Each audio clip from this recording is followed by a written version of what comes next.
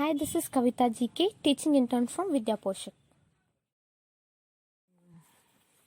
Hi everyone, and today we'll start the new lesson, that is where there is a will, there is a way. ಇವತ್ತು ನಾವು where there is a will there is a way ಅನ್ನುವಂಥ ಹೊಸ ಪಾಠವನ್ನು ಶುರು ಮಾಡೋಣ. ಪಾಠ ಏನಂದರೆ ಮನಸ್ಸಿದ್ದಲ್ಲಿ ಮಾರ್ಗ. ಮನಸ್ಸಿದ್ರೆ ಏನು ಬೇಕಾದರೂ ಸಾಧಿಸ್ಬೋದು. ಮಾಡುವಂತಹ ಇಚ್ಛೆ ಬೇಕು. ಕೆಲಸ ಯಾವುದಾದ್ರೂ ಪರವಾಗಿಲ್ಲ, ಮಾಡುವಂಥ ಮನಸ್ಸಿರಬೇಕು. ನಮ್ಮಿಂದ ಒಂದು ಕೆಲಸ ಆಗೋದಿಲ್ಲ ಅನ್ನೋದಕ್ಕೆ 100 ಕಾರಣಗಳಿದ್ರು ಆ ಕೆಲಸ ನಮ್ಮಿಂದ ಆಗುತ್ತೆ ಅನ್ನೋ ಒಂದೇ ಒಂದು ಕಾರಣದಿಂದಾಗಿ ಆ ಕೆಲಸವನ್ನು ಸಾಧ್ಯ ಮಾಡೋದು ಮನಸ್ಸು. ಅದು ಇಚ್ಛೆ ಅಂದರೆ ಅದು. ಅದರಿಂದ ಮನಸ್ಸಿದ್ರೆ ಏನನ್ನಾದರೂ ಸಾಧಿಸಬಹುದು. ಅದಕ್ಕೆ ಈ ಪಾಠದಲ್ಲಿ ಒಂದೆರಡು ಉದಾಹರಣೆಗಳನ್ನು ಕೊಟ್ಟಿದ್ದಾರೆ. ಅದೇನಂತ ನೋಡೋಣ. Okay, let us start the lesson. So before we are going to start the lesson, I am going to introduce the 2 persons from USA and those are famous athletes. ನಾನು ನಿಮಗೆ ಈಗ ಅತ್ಯಂತ ಪ್ರಖ್ಯಾತ ಕ್ರೀಡಾಪಟುಗಳು, ಅಮೆರಿಕಾದ ಅತ್ಯಂತ ಪ್ರಖ್ಯಾತ ಕ್ರೀಡಾಪಟುಗಳನ್ನು ತೋರಿಸ್ತೇನೆ. ಅವರು ತಾವು ದೈಹಿಕವಾಗಿ ದೌರ್ಬಲ್ಯವಾಗಿದ್ರು ಅದನ್ನು ತಮ್ಮ ಅಸ್ತ್ರವನ್ನಾಗಿ ಬಳಸ್ಕೊಂಡು ಹೆಂಗೆ ಅವ್ರ ಜೀವನದಲ್ಲಿ ಮುಂದೆ ಬಂದರು ಅನ್ನೋದ್ರ ಬಗ್ಗೆನೇ ಈ ಪಾಠ ಇರೋದು. ಮೊದಲು ಅವ್ರು ಯಾರು ಅನ್ನೋದನ್ನ ತಿಳ್ಕೊಳ್ಳೋಣ. So let us see. And the first one is Wilma Rudolf. And the second one is Rafer Johnson. So by knowing this, now we can start our lesson. So let us start the lesson. No one is born great. One becomes great by his deeds, willpower, patience and perseverance. These make a person overcome his or her weakness and disabilities to achieve his or her goal. Here are 2 stories of athletes who have achieved their best in spite of their physical challenges. They were differently abled indeed. ಇದರ ಅರ್ಥ ಏನಂದ್ರೆ, ಯಾರು ಹುಟ್ಟತಾನೆ ಪ್ರಸಿದ್ಧಿಯನ್ನು ಪಡ್ಕೊಂಬರಂಗಿಲ್ಲ. ಒಬ್ರು ಯಾರಾದರೂ ಪ್ರಸಿದ್ಧರಾಗಿದ್ದಾರೆ ಅಥವಾ ಉತ್ತಮರು ಅನ್ಸ್ಕೊಂಡಿದ್ದಾರೆ ಅಂದರೆ ಅದು ಅವ್ರು ಮಾಡಿರೋ ಕೆಲಸದಿಂದಾಗಿ, ಅವ್ರಿಗಿರೋ ಮನಃಶಕ್ತಿಯಿಂದಾಗಿ, ಅವ್ರ ವಿಲ್ ಪವರಿಂದಾಗಿ, ಅವರಲ್ಲಿರೋ ತಾಳ್ಮೆಯಿಂದಾಗಿ, ಅವರ ಕೆಲಸದಲ್ಲಿರುವಂತಹ ಪರಿಶ್ರಮದಿಂದಾಗಿ ಅವರು ಆ ಪ್ರಖ್ಯಾತಿಯನ್ನು ಪಡೆದಿರ್ತಾರೆ. And these make a person overcome his or her weakness and disabilities to achieve his or her goal. ಈ ತಾಳ್ಮೆ, ಪರಿಶ್ರಮ ಮತ್ತು ಮನಃಶಕ್ತಿ ಇವೆಲ್ಲವುದರಿಂದ ಮಾತ್ರ ಒಬ್ಬ ಮನುಷ್ಯ ತನ್ನ ದೌರ್ಬಲ್ಯತೆಯನ್ನು ಮೀರಿ, ತನ್ನ ಎಲ್ಲ ಡಿಸೇಬಿಲಿಟೀಸನ್ನು ಮೀರಿ ತಮ್ಮ ಗುರಿಯನ್ನು ಸಾಧಿಸಲಿಕ್ಕೆ ಸಾಧ್ಯ.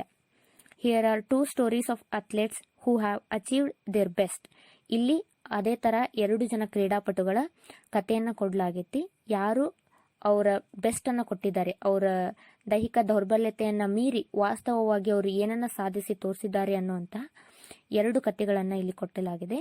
In spite of their physical challenges they were differently abled indeed. ಅವರಿಗೆ ದೈಹಿಕವಾಗಿ ಅವರು ದೌರ್ಬಲ್ಯತೆಯನ್ನು ಹೊಂದಿದ್ರೂ ಕೂಡ ವಾಸ್ತವದಲ್ಲಿ ಅವರು ಹೇಗೆ ಅವರ ಪರಿಶ್ರಮದಿಂದ ಯಶಸ್ಸನ್ನು ಕಂಡಿದ್ದಾರೆ ಅನ್ನುವಂಥ 2 ಕಥೆಗಳನ್ನು ಇಲ್ಲಿ ಕೊಟ್ಟಿದ್ದಾರೆ. ಈಗ ನಾವು ಅದನ್ನು ನೋಡೋಣ. The 1992 Olympics had put Barcelona on the map of the world. Thousands of athletes take part in the games. Why do so many countries send their teams to the Olympics? It is because the Olympics is one of the world's biggest events. It is an honor for any country to send her athletes to take part in these games. It is not success or failure that counts. What matters is participation in the games. 1992ರಲ್ಲಿ ಬ್ರಾಸಿಲೋನಾದಲ್ಲಿ Olympics ನಡೆಯೋದಾಗಿ ಘೋಷಣೆ ಆಗಿರ್ತೈತಿ ಮತ್ತು ಸಾವಿರಾರು ಜನ ಆಟಗಾರರು ಅದರಲ್ಲಿ ಭಾಗವಹಿಸ್ತಿರ್ತಾರೆ. ಯಾಕೆ ಎಲ್ಲ ದೇಶದಿಂದಾನು ಆಟಗಾರರನ್ನ ಆ ಒಲಿಂಪಿಕ್ಸಿಗೆ ಕಳಿಸ್ತಾರೆ ಅಂದರೆ, ಆ ಒಲಿಂಪಿಕ್ ಅನ್ನೋದು ಪ್ರಪಂಚದ ಅತ್ಯಂತ ದೊಡ್ಡ ಕ್ರೀಡಾಕೂಟ ಆಗಿರ್ತೈತಿ. ಆದ್ದರಿಂದ ಎಲ್ಲ ದೇಶದಿಂದನೂ ಆಟಗಾರರನ್ನ ಆ ಕ್ರೀಡಾಕೂಟಕ್ಕೆ ಕಳಿಸ್ತಿರ್ತಾರೆ. ಅದರಲ್ಲಿ ಸೋಲು ಗೆಲುವು ಅನ್ನೋದು ಇಂಪಾರ್ಟೆಂಟ್ ಅಲ್ಲ. ಅದಕ್ಕಿಂತ ಸೋಲು ಗೆಲುವು ಅನ್ನೋದಕ್ಕಿಂತ ಅದರಲ್ಲಿ ಭಾಗವಹಿಸೋದೇನಿರುತ್ತೆ, ವರ್ಲ್ಡ್ಸ್ ಒಲಿಂಪಿಕ್ಕಲ್ಲಿ ಭಾಗವಹಿಸೋದೇನಿರುತ್ತೆ, ಅದೇ ಒಂದು ಉತ್ತಮ ಸಾಧನೆ. ಆದ್ದರಿಂದ ಸಾವಿರಾರು ಜನ ಆಟಗಾರರು ಬೇರೆ ಬೇರೆ ದೇಶದಿಂದ ಆ ಒಲಿಂಪಿಕ್ಕಲ್ಲಿ ಭಾಗವಹಿಸ್ತಿರ್ತಾರೆ. The players put in their best efforts to win. They want to set a new record and become the world's best ever. ಆ ಒಲಿಂಪಿಕ್ನಲ್ಲಿ ಆಡುವಂತಹ ಆಟಗಾರರು ಹೆಂಗೆ ಆಡ್ತಾರೆ ಅಂದರೆ ತಮ್ಮ ಸಂಪೂರ್ಣ ಶ್ರದ್ಧೆಯಿಂದ ಆಡ್ತಾರೆ. ಗೆಲ್ಲಲಿಕ್ಕೋಸ್ಕರ ತಮ್ಮ ಸಂಪೂರ್ಣ ಶ್ರದ್ಧೆಯಿಂದ ಆಟವನ್ನು ಆಡ್ತಾರೆ. ಅವ್ರ ತಲೆಯಲ್ಲಿ ಒಂದೇ ಇರುತ್ತೆ, ಹಳೆ ದಾಖಲೆಗಳನ್ನು ಮುರಿದು ಹೊಸ ದಾಖಲೆಗಳನ್ನು ಅವ್ರ ಹೆಸರಲ್ಲಿ ಮೂಡಿಸ್ಬೇಕು ಅನ್ನೋದು ಒಂದೇ ಅವರ ಧ್ಯೇಯ ಆಗಿರುತ್ತೆ. ಆ ಧ್ಯೇಯವನ್ನು ಇಟ್ಕೊಂಡು ಎಲ್ಲ ಆಟಗಾರರು ಆ ಒಲಿಂಪಿಕ್ನಲ್ಲಿ ಆಟವನ್ನು ಆಡ್ತಾರೆ. ಮತ್ತು ಅವರೇ ಕೂಡ ವರ್ಲ್ಡ್ಸ್ ಬೆಸ್ಟ್ ಎವರ್ ಆಗಬೇಕು ಅಂತ ಅವ್ರ ಗುರಿ ಇರುತ್ತೆ. ಪ್ರಪಂಚದಲ್ಲಿ ಅವರೇ ಬೆಸ್ಟ್ ಆಗಿರಬೇಕು ಅನ್ನೋ ಕನಸನ್ನು ಇಟ್ಕೊಂಡು ಅವರು ಆ ಒಲಿಂಪಿಕ್ನಲ್ಲಿ ಆಟವನ್ನು ಆಡ್ತಾರೆ. A few among such players have already been victims of accidents. A few others have been victims of diseases. Yet none of these see themselves as disabled. They are eager to show that they are champions in their own fields. One such champion was Wilma Rudolph of the USA. She is popularly known as the Black Gazelle. She had the speed and grace of a deer. ಅಂತಹ ಕ್ರೀಡಾಪಟುಗಳಲ್ಲಿ ಇಲ್ಲಿ ಸ್ವಲ್ಪ ಜನ ಇದ್ದಾರೆ. Who have victims of ಆಕ್ಸಿಡೆಂಟ್ಗೆ ಅನಾಹುತಿ ಆದವರು. A few others have been victims of diseases, ಹುಟ್ಟಿನಿಂದ ಯಾವುದೋ ಒಂದು ರೋಗದಿಂದ ಡಿಸೇಬಲ್ಡ್ ಆಗಿರೋರು. Yet none of these see themselves as disabled, ಅವರು ತಮ್ಮಷ್ಟಕ್ಕೆ ತಾವನ್ನ ಯಾವತ್ತು ದೌರ್ಬಲರು ಅಂತ ಅನ್ಕೊಂಡಿಲ್ಲ. They are eager to show that they are champions in their own field. ಅವರಿಗೆ ಉತ್ಸಾಹ ಐತಿ, ಅವರದೇ ಆದಂತ ಒಂದು ಫೀಲ್ಡ್ ಅಲ್ಲಿ ಅವ್ರ ಶಕ್ತಿ ಏನನ್ನೋದನ್ನ ತೋರಿಸ್ಬೇಕು, ಅವ್ರ ಚಾಂಪಿಯನ್ ಆಗ್ಬೇಕು ಅನ್ನೋಂತ ಉತ್ಸಾಹ ಅವರಲ್ಲಿ ಐತಿ. ಒನ್ ಸಚ್ ಚಾಂಪಿಯನ್ ವಾಸ್, ಅಂತವರಲ್ಲಿ ಒಬ್ರು ಈಗಿಲ್ಲಿ ಅವ್ರ ಬಗ್ಗೆ ಹೇಳ್ತಿದ್ದಾರೆ. ಅವ್ರು ಯಾರಂದ್ರೆ ವಿಲ್ಮಾ ರುಡಾಲ್ಫ್. ಅವ್ರು ಎಲ್ಲಿಯರಂದ್ರೆ USA ಅವರು. ಅವರನ್ನ ಬ್ಲ್ಯಾಕ್ ಗಾಜಲ್ ಅಂತ ಕರಿತಿದ್ರು, ಅಂದ್ರೆ ಕರಿ ಜಿಂಕೆ ಅಂತ ಕರಿತಿದ್ರು. ಯಾಕಂದ್ರ ಅವರಿಗೆ ಆ ಜಿಂಕೆ ಅಷ್ಟು ವೇಗ ಇತ್ತು ಅವ್ರ ಓಟದಲ್ಲಿ, ಅವ್ರ ಚಾಂಪಿಯನ್ಶಿಪ್ ಅಲ್ಲಿ, ಮತ್ತೆ ಅಷ್ಟೇ ಗ್ರೇಸ್ ಇತ್ತು ಡೀರ್ನಷ್ಟು. ಅದಕ್ಕೋಸ್ಕರ ಅವರನ್ನ ಬ್ಲ್ಯಾಕ್ ಗಾಜಲ್ ಅಂತ ಕರಿತಿದ್ರು. Wilma belonged to a large negro family. In fact, she was the 14th child and was very weak when she was born. At the age of 4, she had an attack of polio and was in bed for 2 long years. The doctors recommended regular massage to get her limp leg back to normal. Each member in her family spent some time massaging her leg, and in course of time she was able to walk. She, however, needed special shoes. Wilma ಅವರು ನೆಗ್ರೋ ಕುಟುಂಬಕ್ಕೆ ಸೇರಿದವರಾಗಿದ್ರು. ಅವರು ಏನಂದ್ರೆ 14th child, ಅವರು 14ನೇ ಮಗು. ಅವ್ರ ತಂದೆ ತಾಯಿಗೆ ಅವ್ರ 14ನೇ ಮಗು ವಿಲ್ಮಾ ಅವರು ಹುಟ್ಟಿದಾಗಿನಿಂದಾನೇ ಬಹಳ ವೀಕ್ ಆಗಿದ್ರು. ಮತ್ತ ಏನಂದ್ರೆ ಅಟ್ ದ ಏಜ್ ಆಫ್ 4, ಅವ್ರಿಗೆ 4ನೇ ವರ್ಷ ವಯಸ್ಸಲ್ಲಿ ಇರಬೇಕಾದ್ರೆ she had an attack of polio, ಅವರಿಗೆ ಪೋಲಿಯೋ ಅಟ್ಯಾಕ್ ಆಗಿರುತ್ತೆ. And she was in bed for 2 long years. 2 ವರ್ಷಗಳ ಕಾಲ ಅವರು ಸತತವಾಗಿ ಬೆಡ್ ಮೇಲೇನೆ ಇದ್ರು ಪೋಲಿಯೋ ಅಟ್ಯಾಕ್ ಆಗಿ. 4 ವರ್ಷ ವಯಸ್ಸಿರ್ಬೇಕಾದ್ರೆ ಅವರಿಗೆ ಡಾಕ್ಟರ್ ಏನ್ ಸಜೆಸ್ಟ್ ಮಾಡಿದ್ರು ಅಂದ್ರೆ ಅವ್ರ ಕಾಲಿಗೆ, ವೀಕ್ ಇರೋ ಕಾಲಿಗೆ ರೆಗ್ಯುಲರ್ ಮಸಾಜ್ ಮಾಡಬೇಕು, ಅಂದ್ರೆ ಮಾತ್ರ ಅವ್ರ ಕಾಲು ನಾರ್ಮಲ್ ಬರಕ್ ಸಾಧ್ಯ ಅಂತ ಡಾಕ್ಟರ್ ಹೇಳಿದ್ರಿಂದ ಅವ್ರ ಮನೆಯಲ್ಲಿರ್ತಕ್ಕಂಥ ಪ್ರತಿಯೊಬ್ಬ ಸದಸ್ಯರು ಕೂಡ ಅವರೊಂದಿಗೆ ಕಳೆಯುವಂತ ಎಲ್ಲಾ ಸಮಯವನ್ನು ಅವ್ರ ಕಾಲ್ ಮಸಾಜ್ ಮಾಡೋದ್ರೊಂದಿಗೆ ಕಳೀತಿದ್ರು. However she needed special shoes. ಹಂಗಾದ್ರೂ ಕೂಡ ಅವರಿಗೆ ಸ್ಪೆಷಲ್ ಶೂಸ್ ಇದ್ದು ಅವಶ್ಯಕತೆ ಇತ್ತು. As her legs became a little stronger, she began to run about and play. At no time did she feel that she was physically handicapped. ಬೆಳೀತಾ ಬೆಳೀತಾ ಅವ್ರ ಕಾಲು ಕೂಡ ಸ್ಟ್ರಾಂಗ್ ಆಗಕ್ಕೆ ಶುರುವಾಯಿತು. ಅದಾದ್ಮೇಲೆ ಅವ್ರು ಏನ್ ಮಾಡಕ್ ಶುರು ಮಾಡ್ತಾರೆ ಅಂದ್ರೆ she began to run about and play. ಅವರು ಓಡೋಕ್ ಶುರು ಮಾಡ್ತಾರೆ, ಆಟ ಆಡಕ್ ಶುರು ಮಾಡ್ತಾರೆ. ಯಾವ ಮಟ್ಟಿಗೆ ಅವರು ತಮ್ಮನ್ನು ತಾವು ತೊಡಗಿಸ್ಕೊಂಡಿರ್ತಾರೆ ಅಂದ್ರೆ ಅವರು ಫಿಸಿಕಲಿ ಹ್ಯಾಂಡಿಕ್ಯಾಪ್ಟ್ ಅನ್ನೋ ವಿಷಯವನ್ನ ಅವರು ಮರ್ತು ಹೋಗಿರ್ತಾರೆ. ಅಷ್ಟರ ಮಟ್ಟಿಗೆ ತಮ್ಮನ್ನು ತಾವು ಓಡೋದ್ರಲ್ಲಿ, ಆಟ ಆಡೋದ್ರಲ್ಲಿ ಅವರು ತಮ್ಮನ್ನು ತಾವು ತೊಡಗಿಸ್ಕೊಂಡಿರ್ತಾರೆ. ವರ್ಷಗಳು ಕಳೆದಂತೆ ಅವರ ಆರೋಗ್ಯ ಕೂಡ ಸುಧಾರಿಸ್ತು, ಅವರು ಸ್ಟ್ರಾಂಗ್ ಆದ್ರು. ಮತ್ತೇನಂದ್ರೆ ಬೆಳೀತಾ ಬೆಳೀತಾ grew strong enough to play basketball for her school. ಅವರು ಸ್ಕೂಲಲ್ಲಿ ಬಾಸ್ಕೆಟ್ ಬಾಲ್ ಅನ್ನ ತುಂಬಾ ಚೆನ್ನಾಗಿ ಆಡ್ತಿದ್ರು. She was always cheerful and active. ಯಾವಾಗ್ಲೂ ಉತ್ಸಾಹಮುಖಿಯಾಗಿದ್ರು. ಅವರು ಯಾವಾಗ್ಲೂ ಆಕ್ಟಿವ್, ಚಟುವಟಿಕೆಯಿಂದ ಇರ್ತಿದ್ರು. And was full of hope that she would one day be a great player.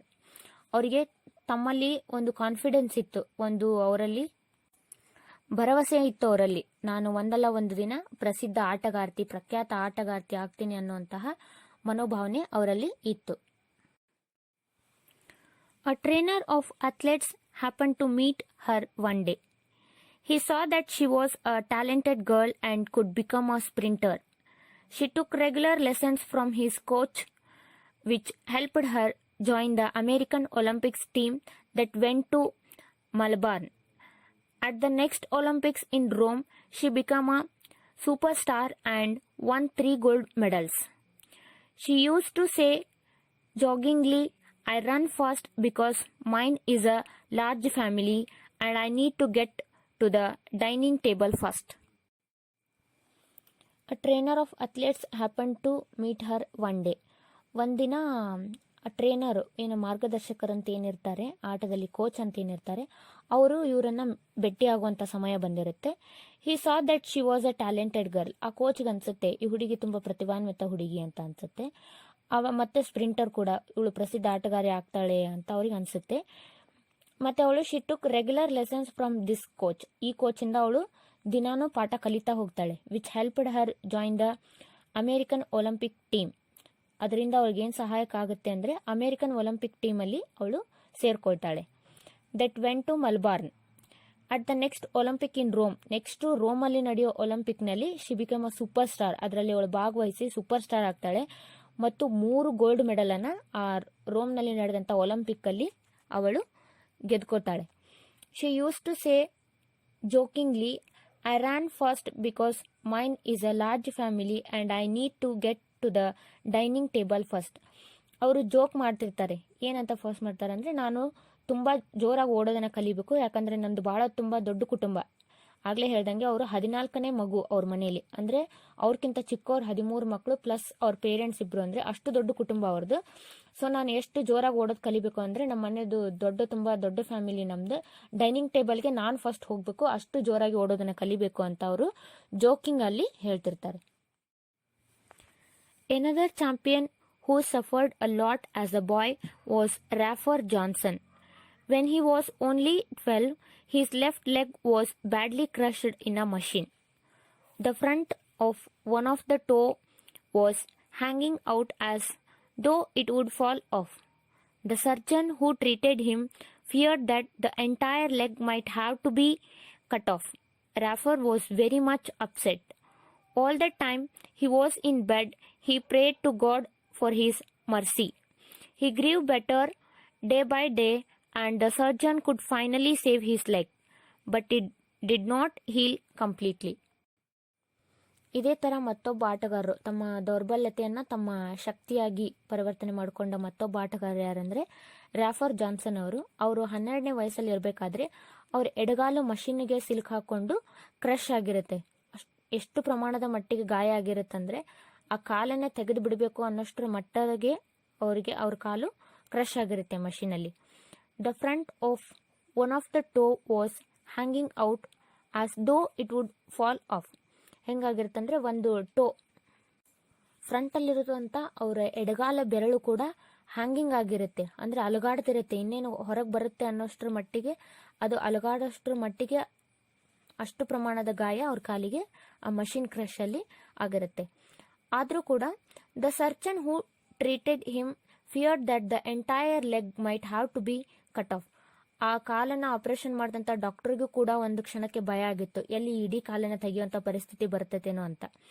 ರಾಫರ್ was very much upset. ಈ ವಿಷಯವನ್ನು ಕೇಳಿದಂಥ ಅವರಿಗೆ ರಾಫರ್ಗೆ ಭಾಳ ಅವ್ರ ಮನಸ್ಥಿತಿ ಭಾಳ ಕೆಟ್ಟ ಹೋಗಿತ್ತು. ಅವರು ಅಪ್ಸೆಟ್ ಆಗಿದ್ರು.